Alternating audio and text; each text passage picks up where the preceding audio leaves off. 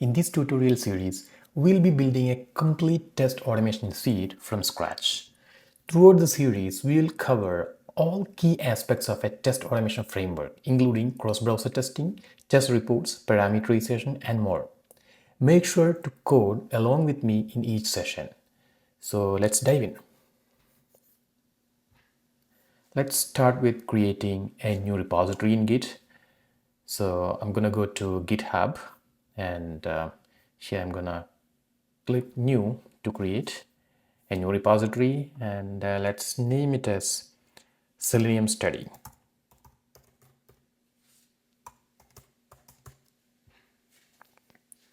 Let's give a description.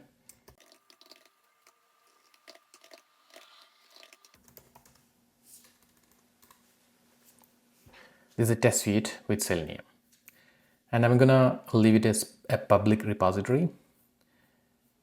And let's add a readme file and a .gitignore file as well. So let me select the language as Java, and I'm not gonna add any license file, and let's create the repository.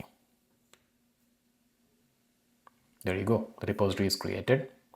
Now let's go to a local folder and let's clone this repository. Okay, so let me copy the location.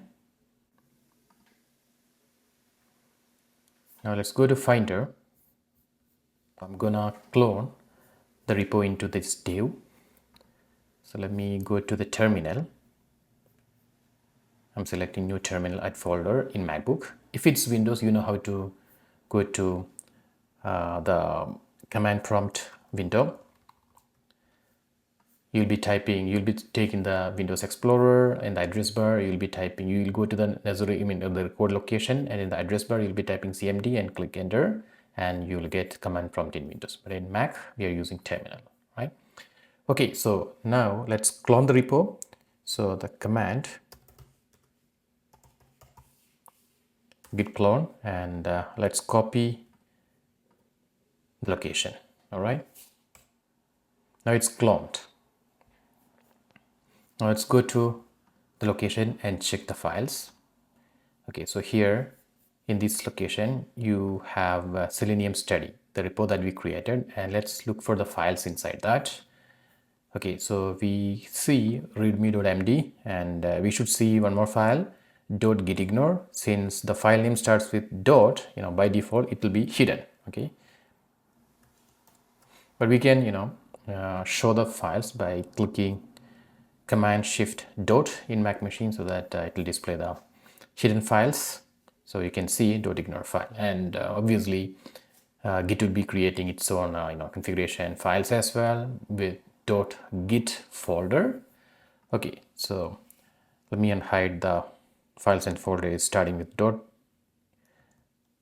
All right, and once again I clicked Command Shift dot in Mac machine, to hide and show the files and folders starting with dot. All right, so we have cloned the repo. Now we need to create a project. So how do we create a project? Let's go to IntelliJ IDEA, and let's create a new project. So let me create a new project.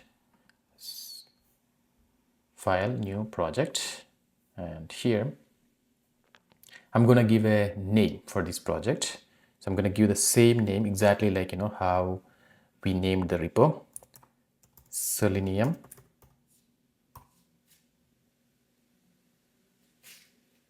I'm gonna give the same name. Okay, I'm gonna give the same name exactly like how we named the repo, Selenium-study. And here it is showing the project will be created under dev/Selenium Study. Okay, so we are at the right location, and the build system is Maven, and the JDK is selected. Well, and there are a couple of advanced settings as well for Maven. It's showing the group ID, so we can select the group ID. So let me select ca.qa group. So it's going to be the reverse order of your the website. Okay, if your company's website is qaguru.ca, then you will be choosing ca.qaguru, right? And the artifact ID, whatever project that you are creating. So we are good with this, and let's create the new project. All right, so a new project is created. All right, now let's add the required files into .ignore file. So I want to ignore everything under .idea folder. So let me right click it, and from git menu, let's choose add to .gitignore and .gitignore, so that that's added into .gitignore file. So all the files under .idea folder will be ignored by Git. Now, as part of creating the project, we have a new file pom.xml. So let's add this file into Git because that's a newly created file. So I'm gonna right click pom.xml and I'm gonna add it to Git. Okay, so from the Git menu, select plus add, so that will be added to Git, meaning it will go to the index or staging area. So as part of the project, we might be needing a couple of dependencies. So let's add a .dependencies tag, the opening and closing tag, and within this, let's add the dependencies.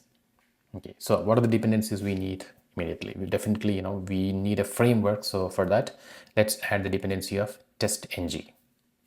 So let's look for the dependency. Let's Google mvn repository and TestNG.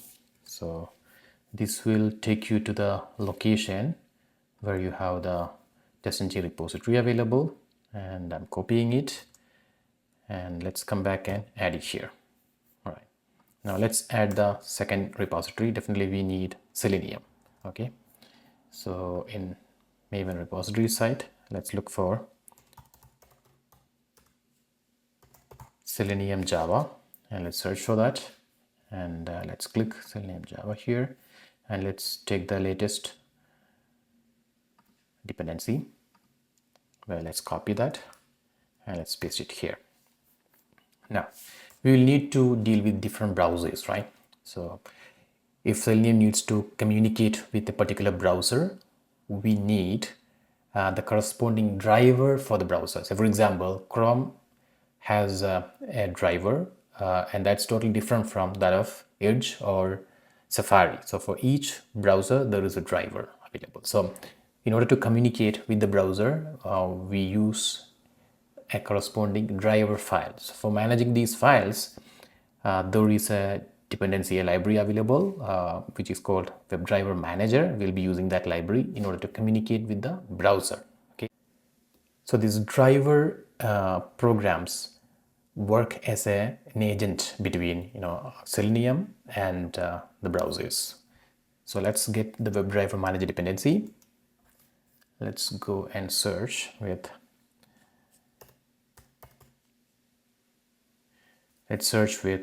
Boni Garcia and click enter. Then we'll get a WebDriver Manager dependency. Okay, so let's select the latest version of that, copy it, and add it over here. So we added 3 dependencies, and Maven is showing an update here. Okay, there is an icon to load the changes. Click here so that all these dependencies will be downloaded and that will be available in your machine. All right, so you're good to go. Now we added the basic things along with this project, and now let us commit it. So let's go to Git and commit. Okay, and here let's unselect analyze code. I don't want the code analysis feature of IntelliJ. Let's deselect check to do as well. Okay, and now let's give a comment and let's commit and push it. So let's say project created. We just created project and added certain things into the pom.xml as well, right? So let's click commit and push, So the committing is done, and now we're gonna push it. Okay, so we can see the files, additional files, right, or the changes that we have made, and we're gonna push it. Okay, so now we completed the pushing. Let's go to GitHub and just check if everything is reflected there. There you go. So the newly committed and pushed files are available here. pom.xml came here, right? Okay, we are good to go.